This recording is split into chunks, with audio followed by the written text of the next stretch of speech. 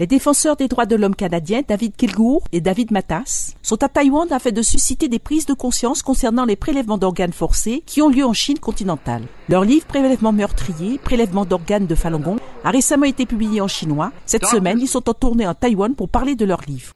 Nous espérons qu'avec cette tournée de présentation du livre, nous puissions faire passer au peuple taïwanais ce message concernant les violations qui ont cours actuellement et tout ce qui peut être fait contre. Ce mardi, messieurs Matas et Kilgour ont rencontré les législateurs taïwanais à la Chambre législative pour parler de leurs conclusions. Ils ont exposé par des preuves indirectes que les pratiquants de Falun Gong ont été la cible de prélèvements d'organes forcés. Des médecins vont dans des camps, ils examinent les yeux des pratiquants de Falun Gong. Ils analysent leurs organes avec des appareils à ultrasons. Ce sont les seuls prisonniers de ces camps à subir un examen médical complet.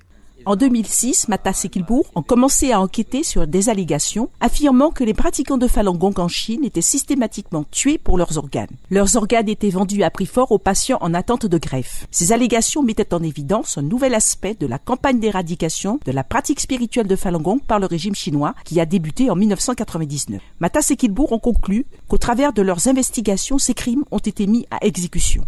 Depuis lors, ils éveillent les consciences concernant cette affaire. À Taïwan, Kilgour a poussé les autorités médicales à alerter les personnes qui pourraient envisager de se rendre en Chine pour des greffes d'organes.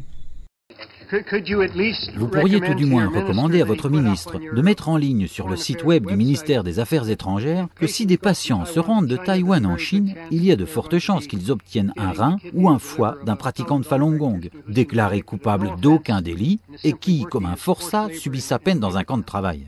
Matas et Kilgour ont été invités à parler dans les diverses universités de toute la Taïwan lors de leur 3e voyage dans cette île.